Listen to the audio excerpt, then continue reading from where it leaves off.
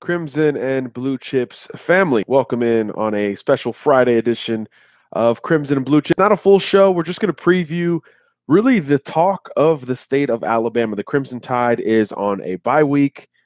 Alabama's not playing. A lot of these big teams in the Southeast aren't playing. LSU's not playing. So the high school ranks have been the focus, and it is the perfect time to focus on the high school football season in the state of Alabama, and particularly one game from the Alabama Crimson Tide perspective. Hewitt-Trussville traveling over to Alabaster, Alabama to face Thompson High School, where 6 Alabama commitments will take the field. Of course, this is headlined by the future of the quarterback position for the Crimson Tide. Paul Tyson with the visiting Hewitt-Trussville Huskies heading to face Tagovailoa of the hometown Thompson Warriors. Of course, both legacy prospects, both 4-star prospects, both committed to Alabama in this very same class. And if you go to the numbers here and you want to play that side of the coin, the number 1 and 2 passing yardage leaders in the state of Alabama. Tagovailoa, 2,762 yards. Paul Tyson, 2,407, courtesy of Max Preps. So they each lead the state in passing as well. 27 touchdowns for Taulia, 24 for Paul Tyson. Each of them just 4 interceptions. So these aren't gunslingers that are going out there shoving the pill everywhere without any cause for panic. Now, these guys are absolutely taking care of the football and leading their teams to this really apex of the regular season. Now, there's much more at stake for Tagovailoa and Tyson. Not talking bragging rights here, although that will be a part of the equation. And again, the whole state will descend upon this game, including a lot of members of the current Alabama Crimson Tide football team.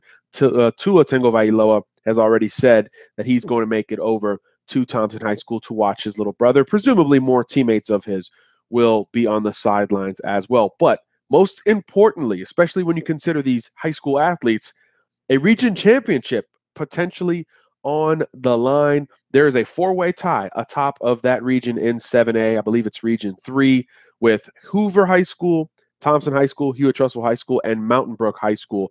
And all 4 of those teams play each other tonight. So you could see why there's so much excitement.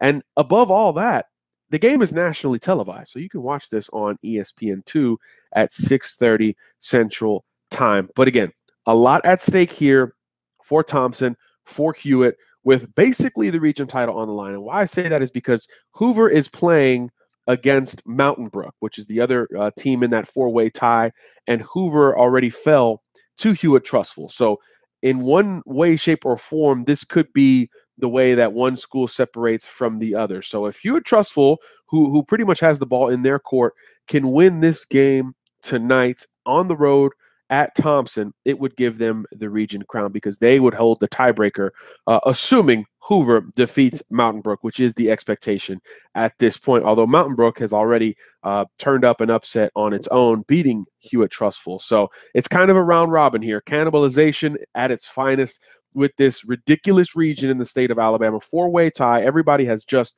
one region loss, and the 4 get to play each other today, headlined by Thompson hosting Hewitt-Trussville High School. But if you're an Alabama fan, it's not just about the quarterbacks.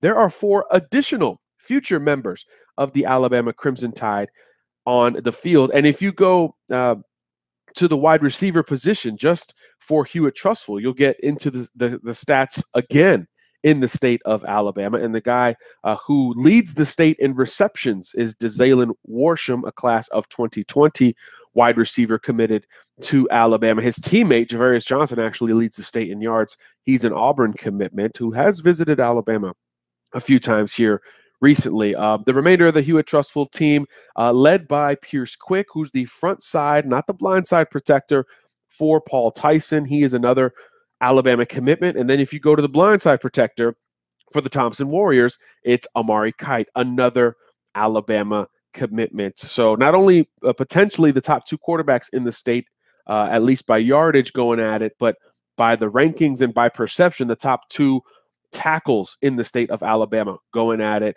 although not against one another, purely sounded like the quarterbacks, a transitive battle, if you will. They'll be going back and forth. So basically, no matter which offense is on the field, you will see a future Alabama quarterback and a future Alabama offensive tackle alongside. The final Alabama commitment in this game is a cornerback, so he'll be able to match up against a future teammate in theory with Malachi Moore going up against Taulia, Tagovailoa, and that Thompson offense. Moore, of course, a cornerback for Hewitt-Trussville. So 6 Alabama commitments competing in this game. Again, 6:30 Central Time, ESPN2, Taulia Tagovailoa, Paul Tyson, Pierce Quick, Amari Kite, Malachi Moore, DeZalen Warsham, 4 on the Hewitt side of the coin and 2 on the Thompson side of the coin. And I should say it like this: 6 current Alabama commitments in this game, because there are prospects on each of those rosters that are younger guys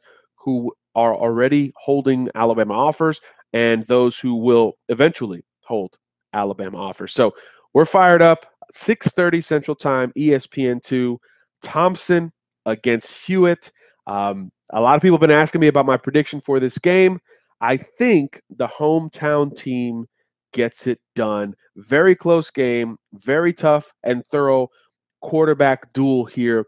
But don't underestimate Taulia Tagovailoa's mobility. He's not a true dual threat, but I think his mobility could help out there in the end. High scoring affair, intense environment, a ton of people in the stands. Should be incredibly fun. I think Thompson takes it home in a very, very close one over Hewitt-Trussville.